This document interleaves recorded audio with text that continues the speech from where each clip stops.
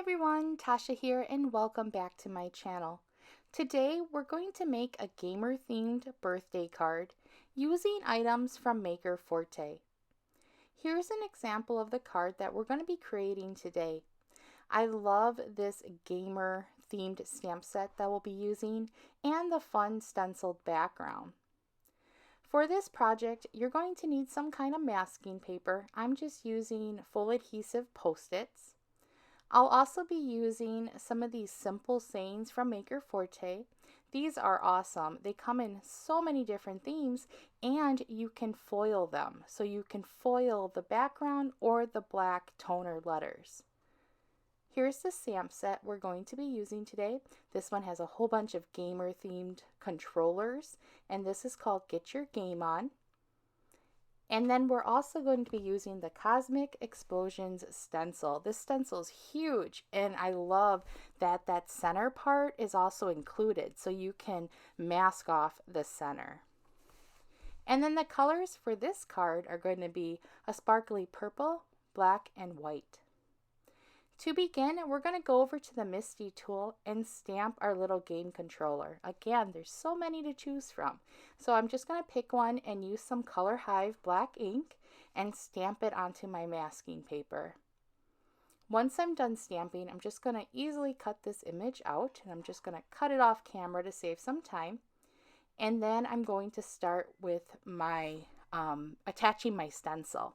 So what you want to do is take your card base, and then take some low tack tape and attach it to the back.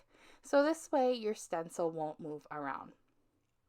So I'm just going in and making sure that I have it secure. Just 2 pieces of tape will work fine.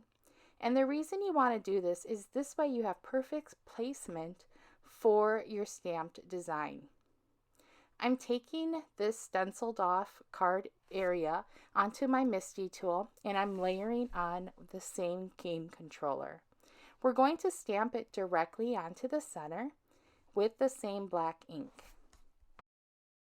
Using the Misty tool makes it really easy to do this type of stamping, since if you don't stamp it perfectly the first time, you can restamp without having to worry about lining everything back up. So after I was done stamping the game controller, I decided to stamp the word gamer above it just for another added detail. I'm using the same black ink, and again, it's easy to position this because everything's already in place. After, I'm using that masking paper we cut out and I'm just covering up the controller.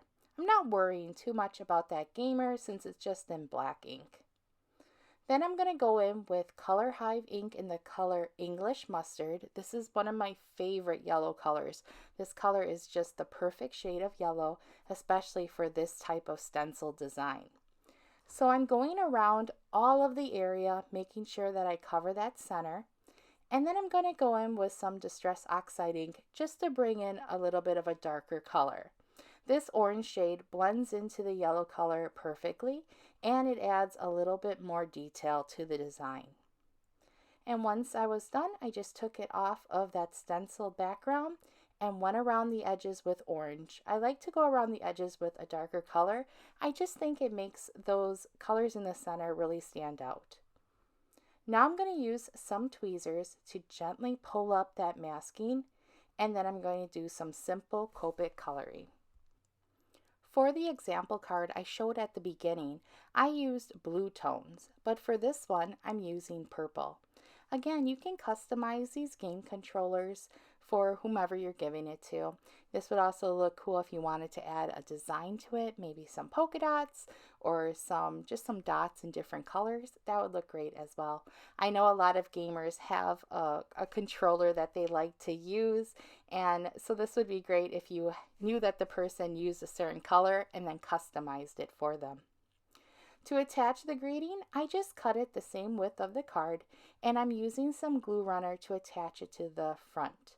I'm just going to run that across and then just attach it all the way across. I love that bold black line with the white lettering. Next, I'm going to use the same glue runner to attach it to some sparkly paper. I used purple glitter paper since the controller was purple on this card. And then I'm going to attach it to Eclipse Black cardstock. And this cardstock is nice and dark and it has a good weight. Lastly, I'm going to attach it to the card base. This card could not be easier to make. I did cut a little bit extra space so that the white border or that white frame gave a little bit more added detail. And here's the two examples using the stamp set and these simple sayings. I hope you enjoyed today's project and will give it a try. All the details are listed below. Have a great day. Bye-bye.